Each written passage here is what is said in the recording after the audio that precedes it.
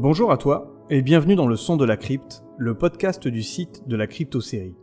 Ici, tu trouveras des versions audio des articles présents sur le site. Il s'adresse aux détracteurs de l'écrit et à tous les fans de séries télévisées dont la production est terminée ou pas tout à fait. Pour ce 10e épisode, je t'invite à fêter l'été en ma compagnie. Alors prépare tes lunettes de soleil, ton plus beau maillot de bain et fais péter la crème solaire. Tu peux d'ores et déjà retrouver l'actualité et toutes les infos de la crypte en version écrite sur le site www.cryptoserie.fr et en version audio sur YouTube, Deezer, Spotify et autres plateformes de podcast. Allez, c'est parti pour ce nouvel épisode intitulé Plage, décolleté et scénario de merde. Vive les séries des années 90.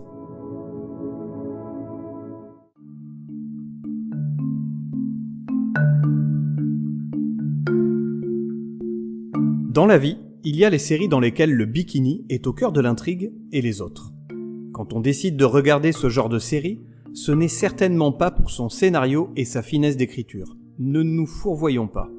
Ce que l'on recherche, c'est le plaisir des yeux et se vider le cerveau. Et ça tombe bien, car dans les 5 séries que je vais te présenter, place aux maillots 2 pièces XXS, aux gros pectoraux et aux histoires qui tiennent sur une étiquette de vache qui rit.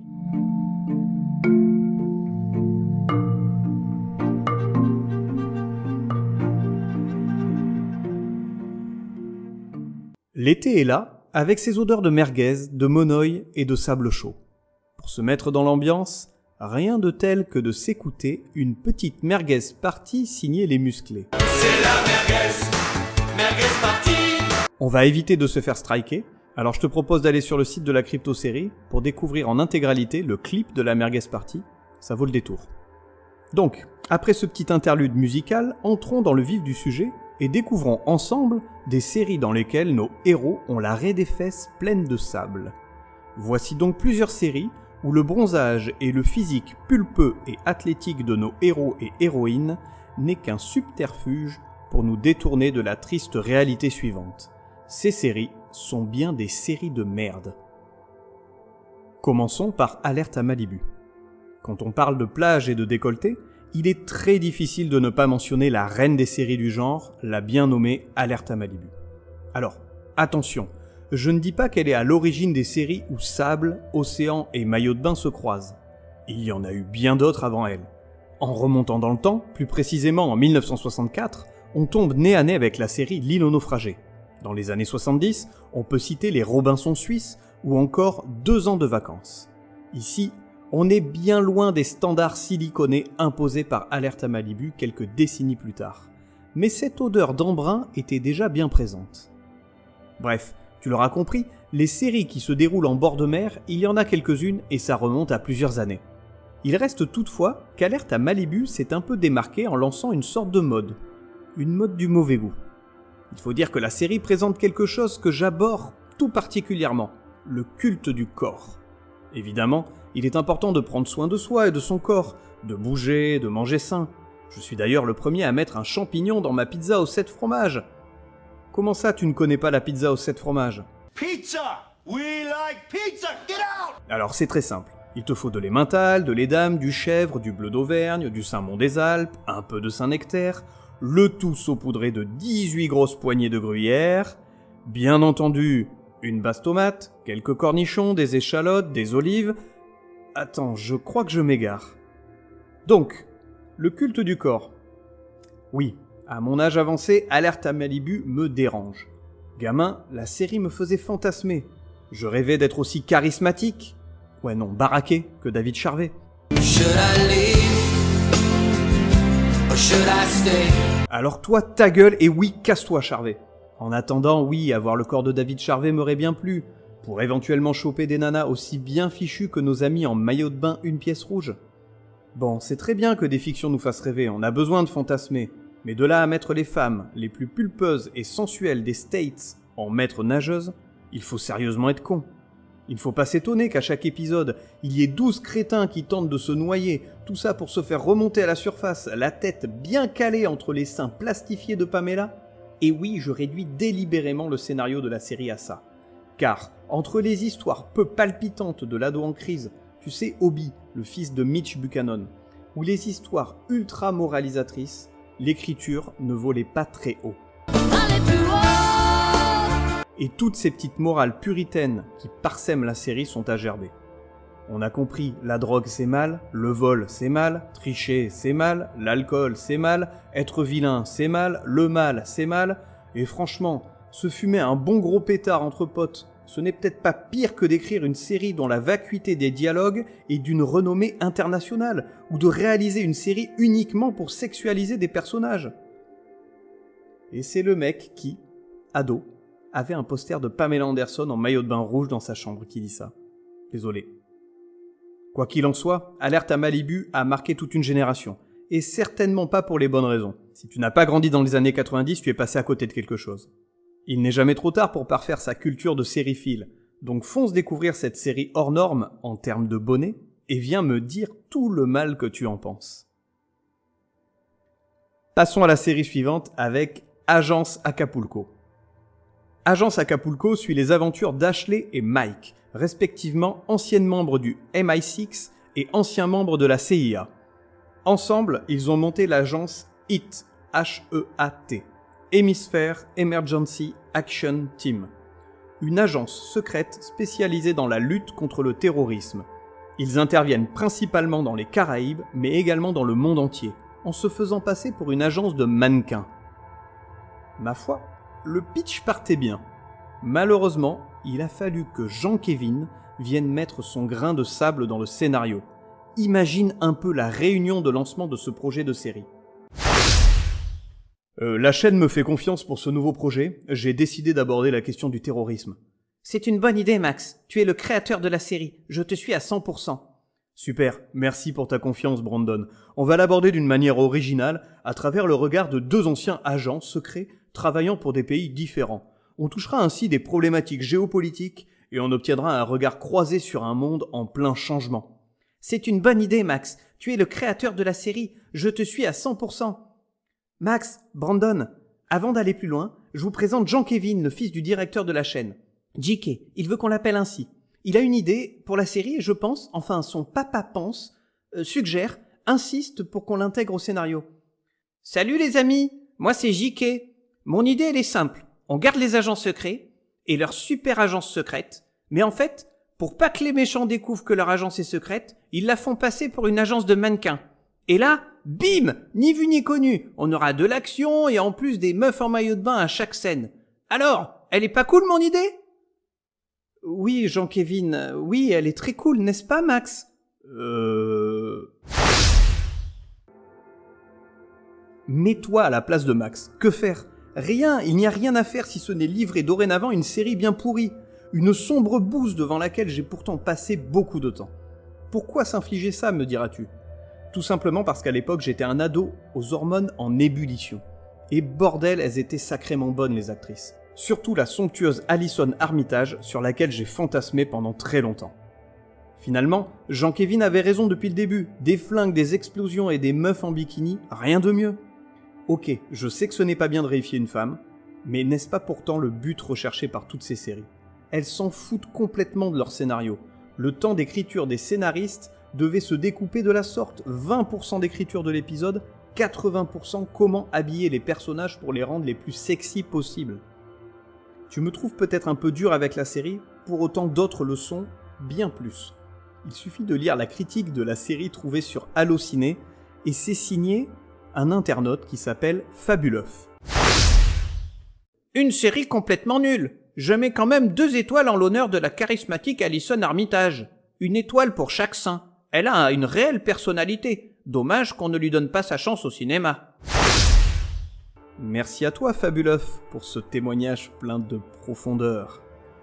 Avec 2 saisons, Agence Acapulco n'aura pas laissé une trace impérissable dans le paysage des séries télévisées. On se souviendra juste d'Alison Armitage et aussi de Fabio. Un rôle sur mesure qui doit rendre fébrile notre cher Savin. Si tu ne connais pas Savin et que tu aimes les jeux vidéo, fonce voir sa chaîne YouTube, tu vas bien te marrer. Passons à présent à la 3e série, avec Caraïbes Offshore. Caraïbes Offshore, Thunder in Paradise en VO, suit les aventures de deux ex-Navy Seals, Randolph G. Spencer, dit Hurricane, et Martin Brubaker.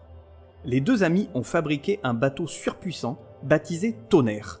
Dotés de ce bolide des mers, ils travaillent en tant que mercenaires et font la justice sur la côte de la Floride. Mes souvenirs de Caraïbes Offshore sont très vagues, sans jeu de mots avec l'univers maritime. Là encore, j'étais jeune quand j'ai découvert la série sur M6. Qui dit jeune dit impressionnable, d'autant plus que le personnage principal est Hulk Hogan. Dans les années 90, ce mec était une légende du catch. Donc, le retrouver dans une série où ça pue la testostérone à plein nez, c'est le panard total quand t'as 12 ans. En résumé, ça va vite, ça castagne, il y a des biscottos, il y a des meufs en petite tenue, bref, le paradis pour tout jeune ado en pleine puberté. Et du coup, avec du recul, ça donne quoi Caraïbes Offshore ? C'est un nanar. Soyons honnêtes, la série est vraiment proche du nanar. C'est surjoué, ça tente de se prendre au sérieux, et c'est franchement très mauvais. Néanmoins, en ayant ça bien en tête, la série peut s'avérer fun à regarder entre potes. En mode, on bouffe de l'action pendant 22 épisodes, on boit des bières et on se marre un bon coup. Pour le plaisir des yeux, je te renvoie sur le site de la Crypto-Série. Tu y trouveras le générique de la série. C'est un condensé parfait de ce qui se faisait de mieux dans les années 90.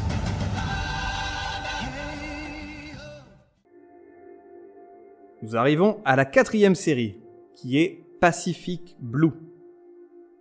Une plage, des policiers, des vélos. Oui, des policiers en vélo qui mènent des enquêtes à la plage. Je ne sais pas si on a touché le fond, mais Jacques Mayol, ne bouge pas, on arrive. Pacific Blue est une série américaine diffusée à la fin des années 90. En France, on a pu la découvrir le dimanche sur TF1. Elle est un spin-off d'Alerte à Malibu, ce qui n'est en rien un gage de qualité, mais plutôt l'assurance de retrouver en son sein des mecs bodybuildés, des petits culs sur la plage et une performance d'acteur digne des plus grands. Ou pas. Donc ici, on enchaîne les clichés. Les mecs sont beaux et musclés, les nanas ont des poitrines exponentielles et tout le monde est bronzé. Tu mets tout ce joli monde sur une plage, tu rajoutes quelques méchants bien décidés à gâcher la journée ensoleillée des bonnes gens et tu obtiens une série nulle. Ah, pardon, j'oubliais les policiers en VTT. Voilà l'aspect innovant de cette série. Pacific Blue est une série policière avec des flics en VTT. Mais pas n'importe quel flic. Ces flics-là, tu ne peux pas leur échapper. Que tu sois à pied, en roller, en voiture, en moto, en bus ou en hélicoptère, les mecs en ont sous le pied. Ils ont un sacré coup de pédale. Lance Armstrong, agrippe-toi à ta selle, car à ces flics-là, rien ne peut leur échapper. À l'inverse des séries mentionnées précédemment, je n'ai pas vraiment regardé Pacific Blue. Peut-être seulement 2 ou 3 épisodes. Elle est arrivée fin des années 90 et je me sentais bien moins influençable devant un tel programme. Alors j'ai peut-être loupé quelque chose, n'hésite pas à me le dire. Mais entre nous, les intrigues où Kimberly crève la roue avant de son vélo alors qu'elle était en pleine course-poursuite avec un mec en roller qui venait de voler la glace du jeune Timmy, j'en ai un peu rien à foutre. Je m'en fous comme de l'an 40, tu m'entends, je m'en fous. Mais alors je m'en fous, je peux pas te dire à quel point je m'en fous. Je n'en ai vraiment rien à foutre. Allez, terminons en beauté avec la 5e série, qui est Cœur Caraïbes. Et oui, nous aussi en France, on sait produire de la bonne série de merde. Cœur Caraïbes est une mini-série produite en 1995. Il s'agit d'un spin-off de la série Classe Mannequin. On y retrouve Linda, interprétée par la ravissante Vanessa Demouy, qui, à la mort de son grand-père, hérite d'un hôtel à la Martinique. Entre histoire d'amour et mafia, Linda voit alors sa vie bouleversée. À l'instar d'Agence Acapulco, Cœur Caraïbes a marqué mon adolescence. Elle m'a aidé à prendre confiance en moi, m'affirmer et à devenir l'homme que je suis aujourd'hui. Mais non, bougre d'imbécile, j'étais là pour mater Vanessa Demouy. Trop pareil que toi, elle était sacrément bonne. Et cette paire! De lunettes, cette paire de lunettes est magnifique. Je crois que c'est dans l'épisode 3 qu'elle se rend chez l'opticien pour les acheter. Vite, passons à autre chose. Cœur Caraïbes a duré 4 épisodes et cela a été amplement suffisant tellement rien ne va dans cette série. J'avais déjà déversé mon fiel sur la mini-série dans l'abécédaire des séries de merde. N'hésite pas à aller y jeter un œil. En substance, il n'y a pas grand-chose à retenir de la série. Tout y est ultra poussif et téléphoné. On ne croit pas à l'intrigue une seule seconde, et quand bien même on ferait l'effort d'y croire, on se retrouve vite confronté à la réalité que nous délivre la série.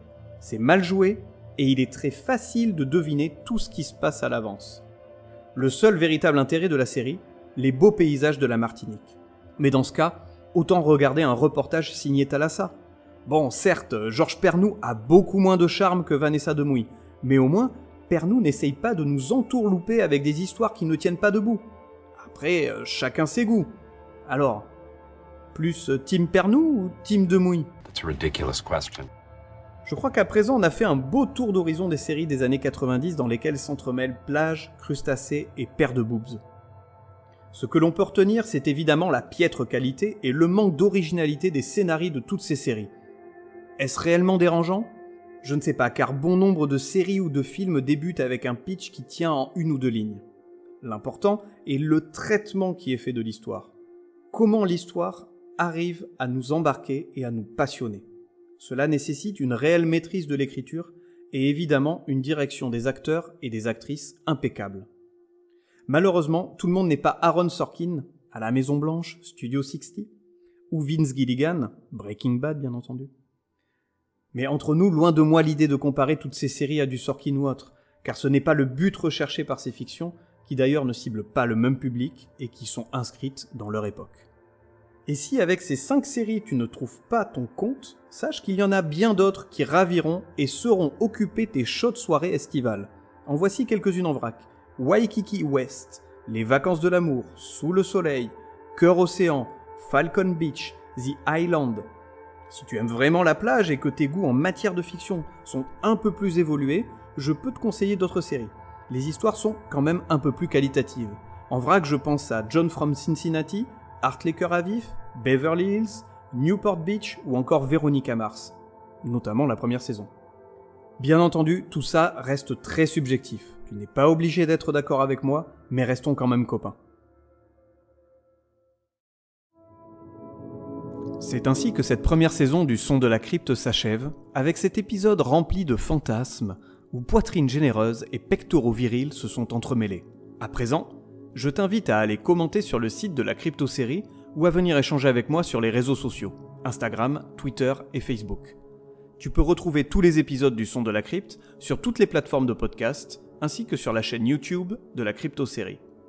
Je te donne rendez-vous à la rentrée pour la saison 2 du Son de la Crypte. D'ici là, passe de bonnes vacances, profite de la vie et bisous.